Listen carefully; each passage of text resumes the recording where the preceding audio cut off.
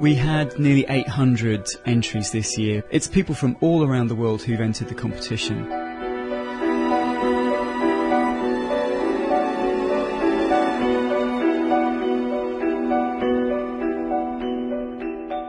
This is a picture of the moon taken just rising over the English city of Oxford.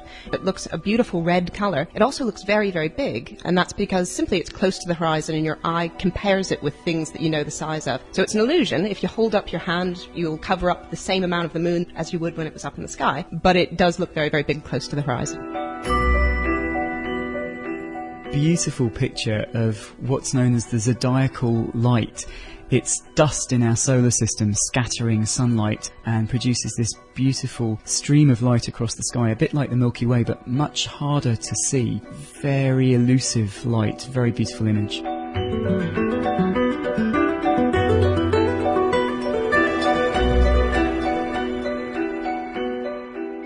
A Perseid meteor streaking through the sky over Glastonbury Tor. This image is one of hundreds this photographer took on the evening of the Perseid's meteor shower. Only this one was able to capture this fleeting meteor as it streaked through the sky. It's a picture of the Milky Way. What's unusual about it is it's taken over the top of this tropical landscape from the Cook Islands in the Pacific. Wherever we are on Earth, we all share the same night sky. And I think unanimously this was the winner in the Earth and Space category from all of the judges. We're moving out now away from the Earth into the Our Solar System category, a close-up of part of the Moon's surface and the crater Petavius, an enormous structure formed by a massive meteorite impact billions of years ago. It's 200 kilometres from one side to the other, about 3 kilometres deep, and you can see in the centre of the crater this range of hills where the floor of the crater has rebounded after the impact.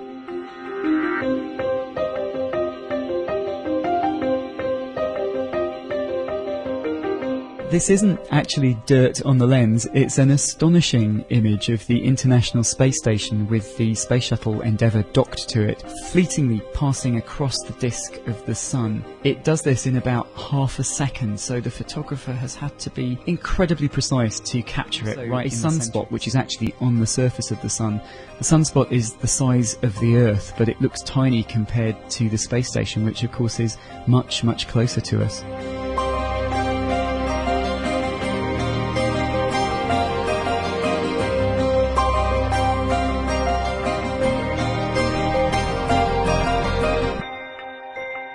In these very high-resolution images, you can see structures in the upper atmosphere of Saturn.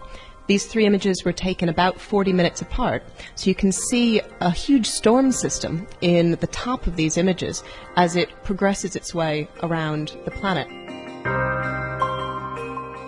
So this is the winner of this year's Young Astronomy Photographer of the Year category. It's an absolutely amazing picture of a moon in the lunar eclipse just moving aside from a background star. The timing involved is absolutely staggering. It's astonishing that this was taken by a 15-year-old. The beautiful colours on the moon come from the sunrises and sunsets on the Earth, the sunlight shining through Earth's atmosphere.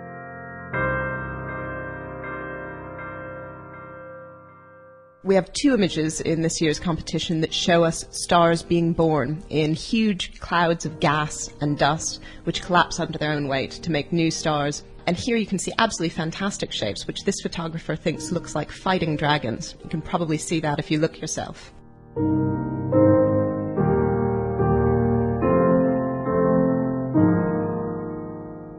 The warrior Orion, you can see the three bright stars which mark his belt. What the photographer's been able to do is take an absolutely amazing deep image of this whole huge area of the sky so that you can see the Orion Nebula, a huge ball of gas and dust where new stars are forming. If your eyes were able to collect light in the same way that, say, your mobile phone camera can, and you were able to collect that light, you'd be able to see this wonderful skyscape in this very familiar location.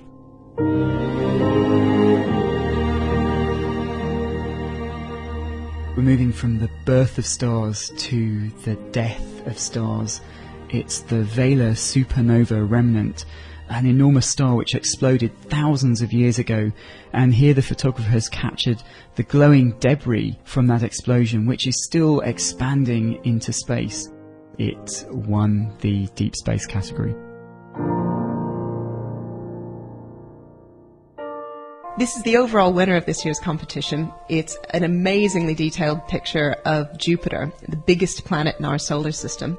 What's absolutely amazing about this image is that the photographer has managed to capture details on the surface of two of Jupiter's largest moons, Io on the left and Ganymede on the right. Technically, this image is absolutely astonishing because the photographer has had to photograph the three objects, the planet and the two moons, separately to capture all of that detail, and then he's combined them into this mosaic so that you can see all three at once. So this really, for me, illustrates the power of photography to show us things that we could never hope to see with the naked eye. A really fitting winner for this year's Astronomy Photographer of the Year competition.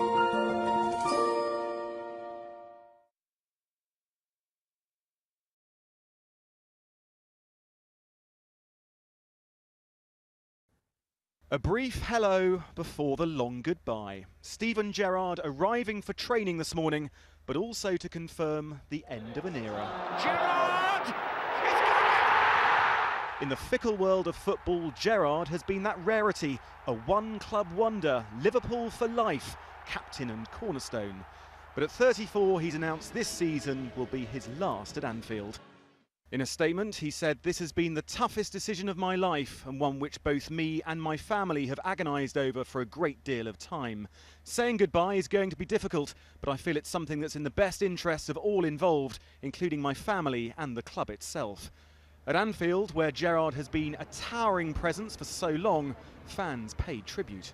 Really gutted, but I feel it's probably the right time for him to go, as long as he doesn't do a Frank Lampard and go somewhere else in England. Best days are behind him, you know, and end of the day he's been a great servant here, so don't blame him really. He's getting on a bit, so yeah, he's had a good run with us, and I'm sure he'll be back for coaching or doing something else with the team.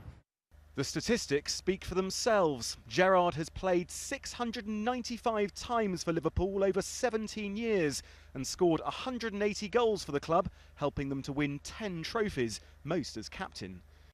He was still scoring yesterday, twice in Liverpool's draw with Leicester, but with first-team opportunities now limited, many believe he's made the right decision.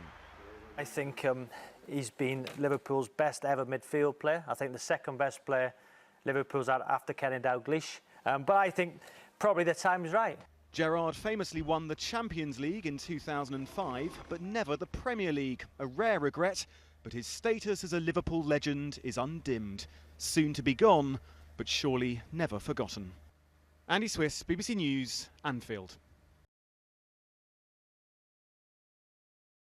I mean, this is, I think, the only show around that does this. You know, we see plenty of programmes about moving abroad, buying property, but this, you're road testing a whole new life. You know, it isn't just about getting a home, it's about the lifestyle. Can you afford it? The work opportunities. Will you have a better way of life? And they have that chance, that 1 week. I mean, sometimes they stay longer, but we're with them for a week and we show them everything.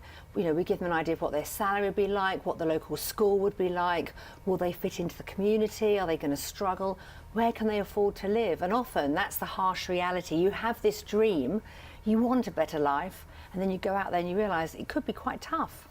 This is so much better than a park would be in the UK, isn't it? Definitely. I mean, they try, but they don't ever have anything like this, do they? We just don't have the weather for it, do we? Lou is taking Aussie living in his stride. He's just loving the Australian lifestyle, and it's just so, I'm in awe of it. I love it. Seeing how much fun Lou is having takes Kirsty back to her previous trips down under. These are the kind of memories I had of my childhood, and this is the kind of memories I want Louis to have.